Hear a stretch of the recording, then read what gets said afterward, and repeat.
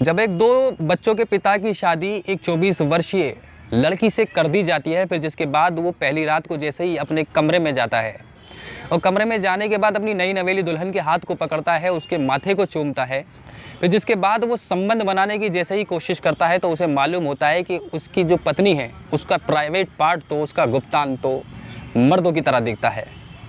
फिर जिसके बाद वहाँ पर एक ऐसा कांड होता है, यकीनन पूरी कहानी को जब आप सुनेंगे आप खुद दंग रह जाएंगे।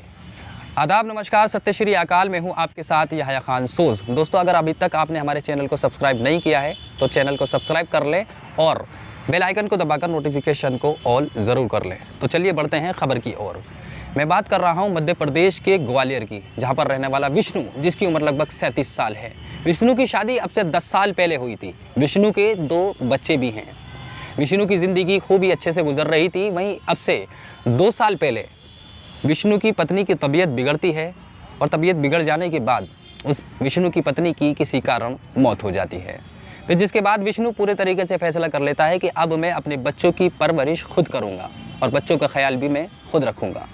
विष्णु अपने बच्चों को खाना बनाना, उनको स्कूल भेजना, उन्हें तैयार करना, सब कुछ किया करता था।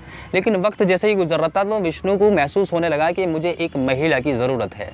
अगर ऐसा हुआ है कि कोई परेशान महिला या फिर विधवा महिला मुझे मिलती है तो मैं उसके साथ शादी कर लूँगा, ताकि मेरे बच्चों के सर पर भी एक उनको माँ मिल जाए, उनके सर पर भी एक माँ का साया आ जाए। फिर जिसके बाद विष्णु इस बात को अपने परिचित लोगों में कह देता है।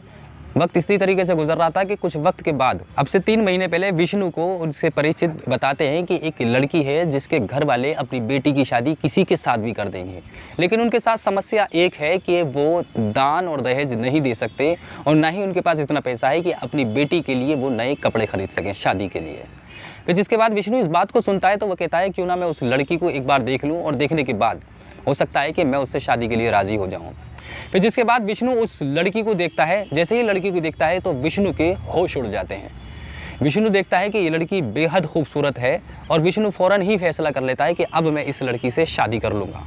फिर जिसके बाद वो फ़ौरन राज़ी हो जाता है और अपने परिचित लोगों से कहता है कि मैं इससे शादी करना चाहता हूँ, लिहाजा इससे मेरी जल्द से जल्द शादी करा दो और मैं इसको पैसे भी दे दूँगा, इसके जोड़े के पैसे, इसके कपड़ों के पैसे, इसकी शादी के लिए मैं पैसे भी दे दूँगा। फिर थोड़ा सा वक्त गुजरता है तो विष्णु पैसे इकट्ठा कर कर अपने सास ससुर को पैसे भिजवा देता है और भिजवाने के बाद उनसे कहता है कि जल्द से जल्द हम दोनों की शादी कर दो।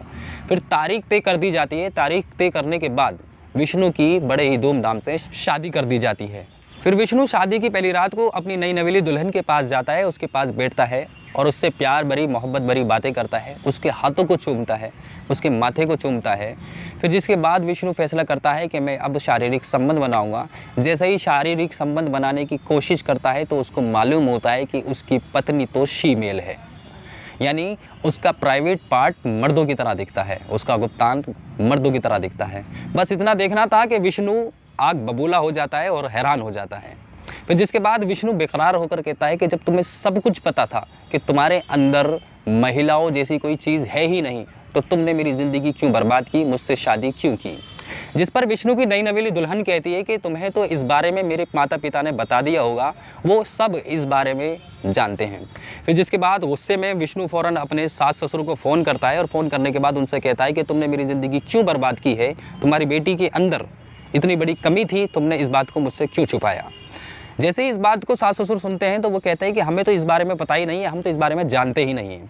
फिर जिसके बाद विष्णु पूरे तरीके से आग बबूला हो जाता है और विष्णु इस बात की सूचना सीधा पुलिस को देता है और उनके खिलाफ एक मुकदमा दर्ज करा देता है। मुकदमा दर्ज इस बात को लिखता है कि इन्होंने मेरी ज़िंदगी को पूरे तरीके से बर्बाद कर दिया है, मेरे पैसों में भी पूरे तरीके से खर्चा करा दिया मेरे पैसों का, और अब पूरे तरीके से मेरी ज़िंदगी एक नए मोड़ पर आकर खड़ी हो गई है। फिर जिसके बाद विष्णु सुप्रीम कोर्ट में भी एक याचिका डालता है।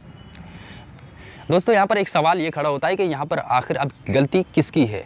या तो इस लड़की की जिसने शादी की है, इसको पहले ही बता देना चाहिए था, या फिर लड़की के माँ बाप की। यहाँ पर विष्णु ने बड़ी ही समझदारी से, बहुत ही अक्लमंदी से एक काम किया है कि उसने सीधा पुलिस को इस बात की सूचना दी और अपनी याचिका सुप्रीम कोर्ट के अंदर डाली। क्योंकि ऐसे केसों में देखा जाता है कि मर्द अक्सर आग बबूला हो जाता है गुस्से में और ज़िंदगी फिर एक ऐसी मोड़ की तरफ चली जाती है जहां पर एक बड़ी वारदात, एक बड़ी घटना उनका इंतज़ार कर रही होती है। आप हमें कमेंट सेक्शन में कमेंट कर ज़रूर बताइएगा यहाँ पर गलती किसकी है, और विष्णु के बारे में आपकी क्या राय है हमें कमेंट सेक्शन में कमेंट कर ये भी बताइएगा।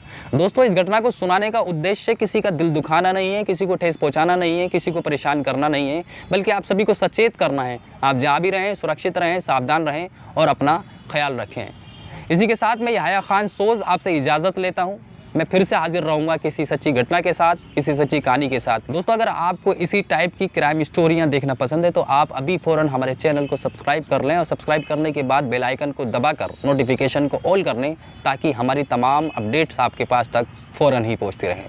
आदाब, नमस्कार, सत्य श्री अकाल, जय हिंद, जय भारत।